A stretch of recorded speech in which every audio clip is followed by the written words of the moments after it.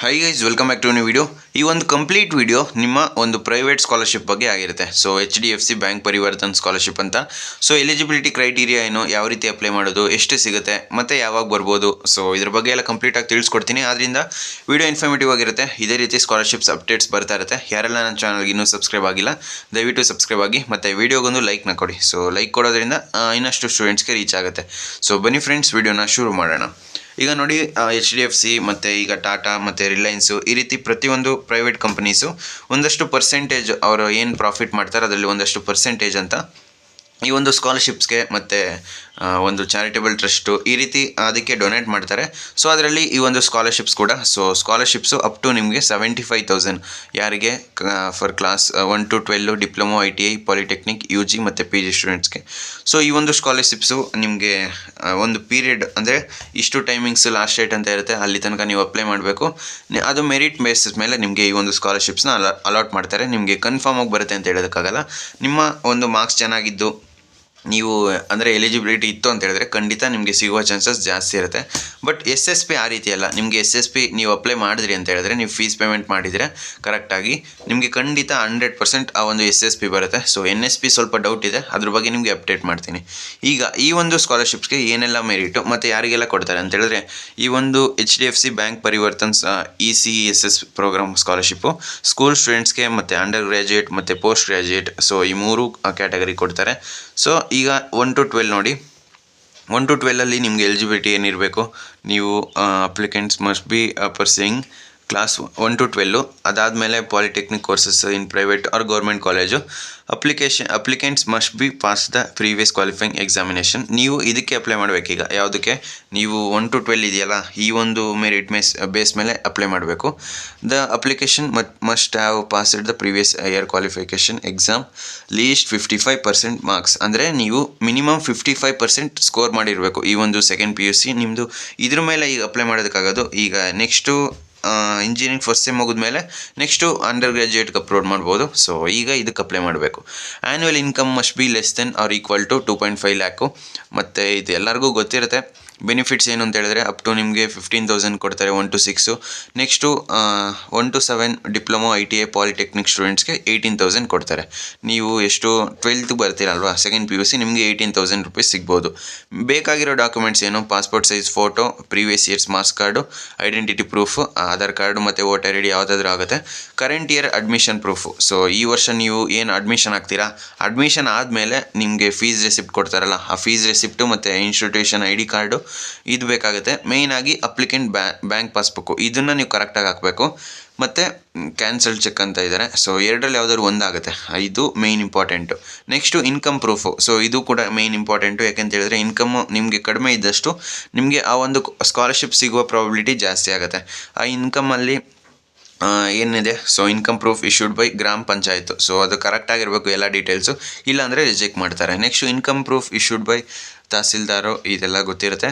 Affidavit ಆಗಿರಬೇಕು. ಮತ್ತು proof of family or personal crisis, ಅಂದರೆ ಇದು ಅಪ್ಲಿಕೇಬಲ್ ಆದರೆ ಏನಾದರೂ ಫ್ಯಾಮಿಲಿಲಿ ಪ್ರಾಬ್ಲಮ್ ಇದ್ದರೆ, ಪರ್ಸ್ನಲ್ ಪ್ರಾಬ್ಲಮ್ಸು, ಅದನ್ನು ಕೂಡ ಮೆನ್ಷನ್ ಮಾಡಿದ್ರೆ ನಿಮಗೆ ಸಿಗುವ ಪ್ರಾಬಿಲಿಟಿ ಜಾಸ್ತಿ ಆಗುತ್ತೆ.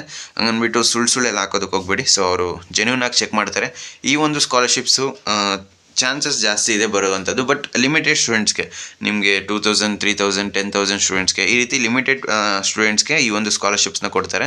ನೀವು ಅಪ್ಲೈ ಮಾಡೋದನ್ನು ಅಪ್ಲೈ ಮಾಡಿ, ಅದು ಬರೋದು ಬಿಡೋದು ಸೆಕೆಂಡ್ರಿ. ಬಟ್ ನೀವು ಅಪ್ಲೈ ಮಾಡಿದ್ರೆ ಅಕಸ್ಮಾತ್ ನಿಮ್ಮ ಲಕ್ಕು ಚೆನ್ನಾಗಿದ್ದು ಈ ಒಂದು ಅಮೌಂಟ್ ಬಂತು ಅಂತ ಹೇಳಿದ್ರೆ ಸ್ಕಾಲರ್ಶಿಪ್, ಇದು ಡೈರೆಕ್ಟಾಗಿ ಬರುತ್ತೆ. ಸೊ ಇದು ಕಂಪ್ಲೀಟ್ ಆನ್ಲೈನ್ ಪ್ರೋಸೆಸ್ಸು, ನಿಮಗೆ ಆಫ್ಲೈನಲ್ಲಿ ಏನೂ ಇಲ್ಲ.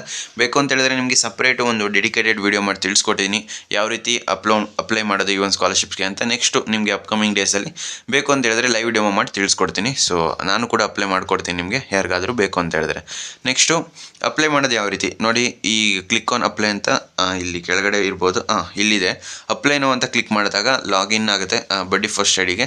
ಮೇಯ್ನಾಗಿ ಅಲ್ಲಿ ನೀವು ಐ ಡಿ ರಿಜಿಸ್ಟರ್ ಮಾಡಬೇಕು. ಸೊ ನಿಮ್ಮದೇ ಹೊಸದಾಗಿ ಒಂದು ಅಕೌಂಟ್ ಓಪನ್ ಮಾಡಿದಾಗ ನಿಮ್ಮ ಕಂಪ್ಲೀಟ್ ಡೀಟೇಲ್ಸ್ ಅಲ್ಲಿರುತ್ತೆ. ಒಂದು ಸಲ ನೀವು ಯಾವುದೋ ಒಂದು ಸ್ಕಾಲರ್ಶಿಪ್ಸ್ಗೆ ಕರೆಕ್ಟಾಗಿ ನಿಮ್ಮ ಡೀಟೇಲ್ಸ್ ಎಲ್ಲ ಹಾಕಿ ಅಪ್ಲೈ ಮಾಡಿದ್ರೆ ನೆಕ್ಸ್ಟ್ ಅಪ್ಕಮಿಂಗ್ ಸ್ಕಾಲರ್ಶಿಪ್ಸ್ ಯಾವುದೆಲ್ಲ ಬರುತ್ತೆ ಪ್ರತಿಯೊಂದು ಸ್ಕಾಲರ್ಶಿಪ್ಸು ಅದೇ ಡಾಕ್ಯುಮೆಂಟ್ಸು ಸೇಮ್ ಟು ಸೇಮ್ ಡೀಟೇಲ್ಸ್ನ ನೀವು ಅಲ್ಲೇ ಅಪ್ಡೇಟ್ ಮಾಡ್ಬೋದು. ಆದ್ದರಿಂದ ಫಸ್ಟ್ ಟೈಮ್ ನೀವು ಮಾಡ್ತಿರಲ್ಲ, ಭಾಳ ಕೇರ್ಫುಲ್ಲಾಗಿ ಎಲ್ಲ ಡೀಟೇಲ್ಸ್ನು ಕರೆಕ್ಟಾಗಿ ಹಾಕಿ ಫೋಟೋ ಎಲ್ಲ ತೆಗೆದು ಇಟ್ಕೊಂಡಿರಿ. ಸೊ ಅಲ್ಲಿ ಸೇವ್ ಆಗಿರುತ್ತೆ ಅದು.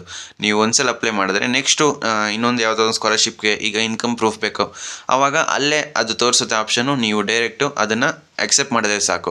ನೀವು ಪದೇ ಪದೇ ಫೋಟೋ ಹೊಡೆದು ಹಾಕಬೇಕು ಆ ರೀತಿ ಇಲ್ಲ. ಸೊ ತುಂಬ ಸಿಂಪಲ್ ಇರುತ್ತೆ. ನೀವು 10 to 15 ಮಿನಿಟ್ಸ್ ಸ್ಪೆಂಡ್ ಮಾಡಿ ಈ ಒಂದು ಸ್ಕಾಲರ್ಶಿಪ್ಸ್ಗೆ. ಈ ರೀತಿ ನೂರಾರು ಸ್ಕಾಲರ್ಶಿಪ್ಸ್ ಇದೆ, ಹೇಳಬೇಕು ಅಂದರೆ 1,000 ಹತ್ತಿರ ಬರುತ್ತೆ. ಸೊ ಎಲ್ಲದಕ್ಕೂ ನೀವು ಚೆಕ್ ಮಾಡಿಕೊಂಡು ಎಲಿಜಿಬಿಲಿಟಿ ಕ್ರೈಟೀರಿಯಾ ಏನು, ಸೊ ಎಷ್ಟು ಸಿಗುತ್ತೆ ಇದ್ರ ಬಗ್ಗೆ ಎಲ್ಲ ನಿಮಗೆ ಬೇಕು ಅಂತ ಹೇಳಿದ್ರೆ ಬಡ್ಡಿ ಫಾರ್ ಸ್ಟಡಿ ಅಂತ ಒಂದು ವೆಬ್ಸೈಟ್ ಇದೆ. ಈ ಒಂದು ವೆಬ್ಸೈಟಲ್ಲಿ ನೀವು ನೋಡ್ಕೋಬೋದು. Next you will now be redirected to HDFC Parivartan ECCS scholarship program. So ಇದು ಗೊತ್ತಿರುತ್ತೆ ಎಲ್ಲರಿಗೂ. ಸ್ಟಾರ್ಟ್ ಅಪ್ಲಿಕೇಶನ್ ಕೊಟ್ಟರೆ ನಿಮಗೆ ಅಪ್ಲಿಕೇಶನ್ ಸ್ಟಾರ್ಟ್ ಆಗುತ್ತೆ. ನಿಮ್ಮ ಡೀಟೇಲ್ಸ್ ಎಲ್ಲ ಎಂಟ್ರಿ ಮಾಡಿದ್ಮೇಲೆ ನೆಕ್ಸ್ಟು ಅಲ್ಲಿ ಅವರು ನಿಮ್ಮ ಸ್ಕಾಲರ್ಶಿಪ್ಸು ಕೊಡಬೇಕಾ ಕೊಡಬಾರ್ದಾ ಅಂತ ಡಿಸೈಡ್ ಮಾಡುವಂಥದ್ದು. ಆ ಒಂದು ಟೀಮ್ ಏನಿರುತ್ತೆ ಅದು ಡಿಸೈಡ್ ಮಾಡುವಂಥದ್ದು. ಸೊ ಅರ್ಥ ಆಯಿತು ಅಂತ ಅಂದ್ಕೊತೀನಿ. Accept the terms and conditions. So ನೀವು ಅಲ್ಲಿ ಸಬ್ಮಿಟ್ ಮಾಡೋದಕ್ಕೂ ಮುಂಚೆ ನೀವೇನೆಲ್ಲ ಡಾಕ್ಯುಮೆಂಟ್ಸ್ನ ಹಾಕಿದ್ದೀರಾ, ಮತ್ತು ಅಲ್ಲಿ ಒಂದಷ್ಟು ರೂಲ್ಸ್ ಇರುತ್ತೆ. ನೀವು ಫೇಕ್ ಎಲ್ಲ IDs ಎಲ್ಲ ಹಾಕಿದ್ರೆ ಅವರು ನಿಮಗೆ ಈ ಒಂದು ಏನಾದರೂ ಫೈನು ಅಥವಾ ಏನಾದರೂ ನಿಮಗೆ ಪ್ರಾಬ್ಲಮ್ ಆಗುತ್ತೆ. ಅದರಿಂದ ಫೇಕ್ ಏನೂ ಹಾಕೋದಕ್ಕೆ ಹೋಗ್ಬೇಡಿ, ಎಲ್ಲ ಜೆನ್ಯೂನ್ ಆಗಿರಲಿ. ಸೊ ನಿಮಗೆ ಅಪ್ಲೈ ಮಾಡೋ ಕರ್ತವ್ಯ ನಿಮ್ಮದು. ಅಪ್ಲೈ ಮಾಡಿ. ಡೆಡ್ಲೈನು September 4 ಅಂತ ಇದೆ. ಸೊ September 4 ತನಕ ನೀವು ಈಗ ಫಸ್ಟ್ ರೌಂಡಲ್ಲಿ ಯಾರೆಲ್ಲ ಜಾಯ್ನ್ ಆಗಿರ್ತಾರೆ ನೀವು ಈಗ ಆಲ್ರೆಡಿ ಇದಕ್ಕೆ ಅಪ್ಲೈ ಮಾಡ್ಬೋದು. ಅಥವಾ ನೀವು ಈಗ ಏನು ಮಾಡಿ ಅಂತ ಹೇಳಿದ್ರೆ September 4 ಲಾಸ್ಟ್ ಡೇಟ್ ಇರುವಂಥದ್ರಿಂದ ನೀವು ಅಡ್ಮಿಷನ್ ಆರ್ಡ್ರು ಮತ್ತು ಫೀಸ್ ಪೇಮೆಂಟ್ ಇರುತ್ತಲ್ಲ ಲಾಸ್ಟ್ ಇಯರ್ದೇ ಯಾಕೆ ಅಂತ ಹೇಳಿದ್ರೆ ಈಗ ನಿಮ್ಮ ಹತ್ರ ಇಲ್ಲ, September 4 ಇದೆ. ಅಕಸ್ಮಾತ್ ನಿಮಗೆ ಇದು ಇಂಪಾರ್ಟೆಂಟ್ ಏನು ಅಂತ ಹೇಳಿದ್ರೆ ನೀವು ಒಂದು ಸಲ ಸಬ್ಮಿಟ್ ಮಾಡಿದ್ರೆ ನೆಕ್ಸ್ಟು ಅದನ್ನು ಎಡಿಟ್ ಮಾಡೋಕ್ಕೆ ಚಾನ್ಸ್ ಕೊಡಲ್ಲ. ಒಂದು ಸಲ ಏನು ಫೈನಲ್ ಸಬ್ಮಿಟ್ ಮಾಡ್ತಾರ ಅದಕ್ಕೆ ಲಾಸ್ಟ್ ಡೇಟು. ಸೊ ನಿಮಗೆ ನೆಕ್ಸ್ಟು ಏನು ಮಾಡ್ಬೋದು ಅಂತ ನಿಮಗೆ ವಿಡಿಯೋ ಮಾಡಿ ತಿಳಿಸ್ಕೊಡ್ತೀನಿ. ಯಾಕೆಂತ ಹೇಳಿದ್ರೆ ನನಗೂ ಗೊತ್ತಾಗ್ತಾ ಇಲ್ಲ. ಈಗ ಸೆಕೆಂಡ್ ರೌಂಡ್ಗೆ ನೀವು ಜಾಯ್ನ್ ಆಗ್ತೀರಾ, September 4 ಇದೆ ಲಾಸ್ಟ್ ಡೇಟು. ಖಂಡಿತ September 4 ತನಕ ನಿಮ್ಮ ಸೆಕೆಂಡ್ ರೌಂಡ್ ಕಂಪ್ಲೀಟ್ ಆಗೋಲ್ಲ. ಈಗ ಅಲ್ಲಿ ಕೇಳಿರುವಂಥದ್ದು ನಿಮ್ಮ ನೆಕ್ಸ್ಟ್ ಇಯರ್ ಅಪ್ಕಮಿಂಗ್ ಇಯರ್ದು ಫೀಸ್ ರೆಸಿಪ್ಟು, ಅಡ್ಮಿಷನ್ ಆರ್ಡ್ರು ಮತ್ತು college institution ID card. So ಇದನ್ನು ಕೇಳಿದಾಗ ನೆಕ್ಸ್ಟು ಏನು ಮಾಡಬೇಕು ಒಂದು ಸ್ವಲ್ಪ ನನಗೂ ಡೌಟ್ ಇದೆ. ಅದಕ್ಕೆ ನೀವು ನಮ್ಮ ಚಾನಲ್ನ ಫಾಲೋ ಮಾಡಿದರೆ ನೆಕ್ಸ್ಟು ನಿಮಗೆ ಸಪ್ರೇಟು ಡೆಡಿಕೇಟೆಡ್ ವಿಡಿಯೋ ಮಾಡಿ ತಿಳಿಸ್ಕೊಡ್ತೀನಿ. ಅದ್ರ ಮುಖಾಂತರ ನೀವು ಅಪ್ಲೈ ಮಾಡ್ಬೋದಾ ಏನು ನಿಮಗೆ ಗೊತ್ತಾಗುತ್ತೆ. ಸೊ ಮೇಯ್ನಾಗಿ ಈ ಒಂದು ಬಡ್ಡಿ ಫಾರ್ ಸ್ಟಡಿ ಈ ಒಂದು ವೆಬ್ಸೈಟಲ್ಲೇ ಅಪ್ಲೈ ಮಾಡಬೇಕಾಗುತ್ತೆ. ನೋಡಿ ಇಲ್ಲಿ we only accept application submitted online, do not process any hard copies. ಇಲ್ಲಿ ಏನು ಮೆನ್ಷನ್ ಮಾಡಿದ್ದಾರೆ ಅಂದರೆ ಇದು ಕಂಪ್ಲೀಟ್ ಆನ್ಲೈನ್ ಮೆಥಡು. ನಿಮಗೆ ಸಾಫ್ಟ್ ಕಾಪಿ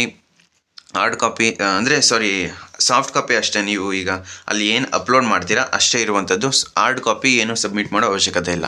ಸೊ ಎಲ್ಲ ಡೌಟ್ಸು ಕ್ಲಿಯರ್ ಆಯಿತು ಅಂತ ಅಂದ್ಕೊತೀನಿ. ನೆಕ್ಸ್ಟು ನಿಮಗೆ ಅದೇ ಹೇಳಿದ್ನಲ್ಲ ಅದು ಕ್ಲಾರಿಫೈ ಮಾಡಿಕೊಂಡು September 4 ಇದೆಯಲ್ಲ ಯಾವುದ್ರ ಬೇಸಿಸ್ ಮೇಲೆ ಅಪ್ಲೈ ಮಾಡಬೇಕು ಅಂತ ನಿಮಗೆ ನಮ್ಮ ವಾಟ್ಸಪ್ ಚಾನಲಲ್ಲಿ ಅಥವಾ ಸಪ್ರೇಟು ಡೆಡಿಕೇಟೆಡ್ ವಿಡಿಯೋ ಮಾಡಿ ತಿಳಿಸ್ಕೊಡ್ತೀನಿ. ಯಾಕೆಂತ ಹೇಳಿದ್ರೆ ಇಲ್ಲೊಬ್ರಿಗೆ ಅಪ್ಲೈ ಮಾಡಿಕೊಡ್ಬೇಕು.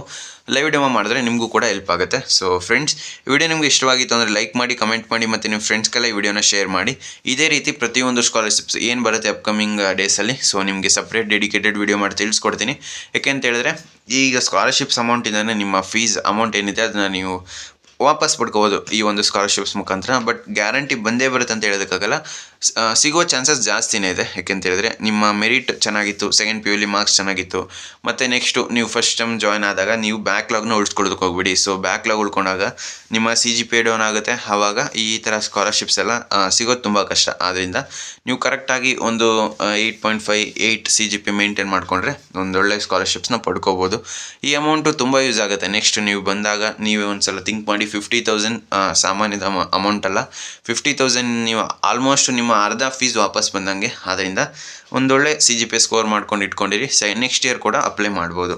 ಬೇರೆ ಏನಾದರೂ ಡೌಟ್ಸ್ ಇದ್ದರೆ ಕಮೆಂಟ್ ಬಾಕ್ಸಲ್ಲಿ ತಿಳಿಸಿ. ಇದೇ ರೀತಿ ನೂರಾರು ಸ್ಕಾಲರ್ಶಿಪ್ಸ್ ಇದೆ. ನೆಕ್ಸ್ಟು ಅಪ್ಕಮಿಂಗ್ ಡೇಸಲ್ಲಿ ನಿಮಗೆ ಅದನ್ನು ಎಕ್ಸ್ಪ್ಲೇನ್ ಮಾಡ್ತೀನಿ, ಲೈವ್ ಡೆಮೋ ಮಾಡಿ ಕೂಡ ತಿಳಿಸ್ಕೊಡ್ತೀನಿ.